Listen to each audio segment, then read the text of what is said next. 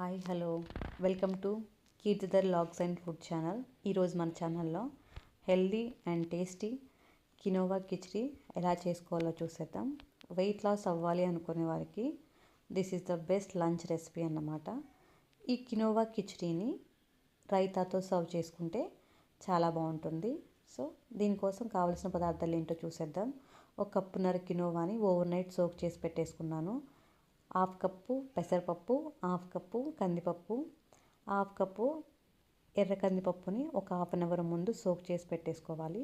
ఇప్పుడు దీనికోసం కావాల్సిన వెజిటేబుల్స్ ఏంటో చూసేద్దాం. ఒక టమాటో, పచ్చిమిర్చి, అలాగే కొద్దిగా కొత్తిమీర, ఆనియన్స్, అలాగే పొటాటో, క్యారెట్ తురుము, అలాగే కొద్దిగా జింజర్ చిన్నగా చాప్ చేసి పెట్టేసుకోవాలి. ఇప్పుడు దీనికోసం ఒక మీడియం సైజు కుక్కర్ని తీసుకున్నాను. ఇక్కడ నేను ఈ ప్యాన్ హీట్ అయిన తర్వాత దీనిలోకి ఇక్కడ నేను సెసమిన్ ఆయిల్ యాడ్ చేసుకుంటున్నాను. ఈ కిచిడిలోకి ఆయిల్ చాలా తక్కువ పడుతుంది. ఈ ఆయిల్ వేసేసుకొని ఆయిల్ హీట్ అయిన తర్వాత దీనిలోకి ఇక్కడ నేను కొద్దిగా ఆవాలు యాడ్ చేసుకుంటున్నాను. ఆవాలు వేసుకుని ఆవాలు హీట్ అయిన తర్వాత దీనిలోకి కొద్దిగా జీలకర్ర యాడ్ చేసుకోవాలి. జీలకర్ర కూడా కొద్దిగా ఫ్రై అయిన తర్వాత ముందుగా చాప్ చేసి పెట్టుకున్న ఆనియన్స్ని యాడ్ చేసుకోవాలి. ఈ ఆనియన్స్ బ్రౌన్ కలర్లోకి టర్న్ అయిన తర్వాత సన్నగా చాప్ చేసి పెట్టుకున్న మిర్చిని యాడ్ చేసుకుంటున్నాను. ఈ మిర్చి కూడా ఫ్రై అయిన తర్వాత సన్నగా చాప్ చేసి పెట్టుకున్న జింజర్ ముక్కలను కూడా యాడ్ చేసేసుకున్నాను. ఇవి మూడు ఫ్రై అయిన తర్వాత దీనిలోకి కొద్దిగా కరివేపాకు యాడ్ చేసుకోవాలి. కరివేపాకు ఫ్రై అయిన తర్వాత దీనిలోకి సన్నగా చాప్ చేసి పెట్టుకున్న ఆలు ముక్కలను కూడా యాడ్ చేసేసుకొని ఇవి కూడా బ్రౌన్ కలర్లోకి టర్న్ అయ్యేంత వరకు ఫ్రై చేసుకోవాలి.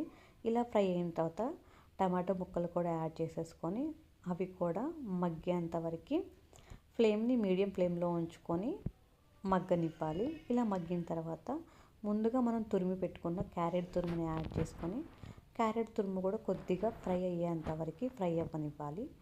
సో ఇక్కడ ఇలా ఈ వెజ్జెస్ కొంచెం ఫ్రై అయిన తర్వాత దీనిలోకి సన్నగా చాప్ చేసి పెట్టుకున్న కొత్తిమీరని యాడ్ చేసేసుకుంటున్నాను.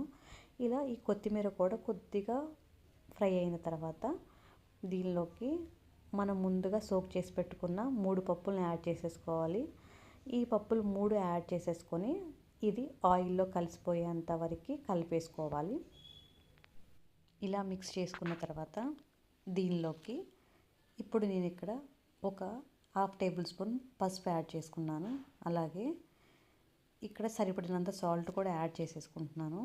ఈ పసుపు సాల్ట్ యాడ్ చేసేసుకొని ఒకసారి కలుపుకోవాలి. ఇలా కలుపుకున్న తర్వాత దీనిలోకి ఒక టేబుల్ స్పూన్ కారం కూడా యాడ్ చేసుకుంటున్నాను. కారం యాడ్ చేసేసుకొని అది మిక్స్ అయ్యేలాగా కలిపేసుకోవాలన్నమాట. ఇలా కలిపేసుకున్న తర్వాత ముందుగా సోక్ చేసి పెట్టుకున్న కినోవాని యాడ్ చేసేసుకోవాలి. కినోవాని యాడ్ చేసేసుకొని ఈ కినోవాని కూడా మొత్తం కలిసిపోయేటట్టు కలిపేసుకోవాలి. ఇలా కలుపుకున్న తర్వాత ఒక గ్లాస్కి 2 గ్లాసెస్ వాటర్ యాడ్ చేసుకోవాలి. ఇక్కడ నేను కప్పున్నరగా కినోవాకి 3 గ్లాసెస్ వాటర్ యాడ్ చేసుకుంటున్నాను. సో వాటర్ యాడ్ చేసుకుని ఒకసారి మిక్స్ చేసుకున్న తర్వాత వాటర్ ఒక మరుగు వచ్చేంత వరకు మూత పెట్టకుండా మరుగు రానివ్వాలి.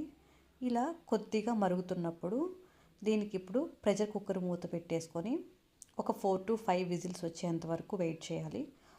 4 to 5 విజిల్స్కి ఉడికిపోతుంది. సో ఇక్కడ చూస్తున్న విధంగా నాకు ఇక్కడ 4 to 5 విజిల్స్ వచ్చేసాయి. ఇప్పుడు మన కినోవా కిచిడి రెడీ అయిపోయినట్లే.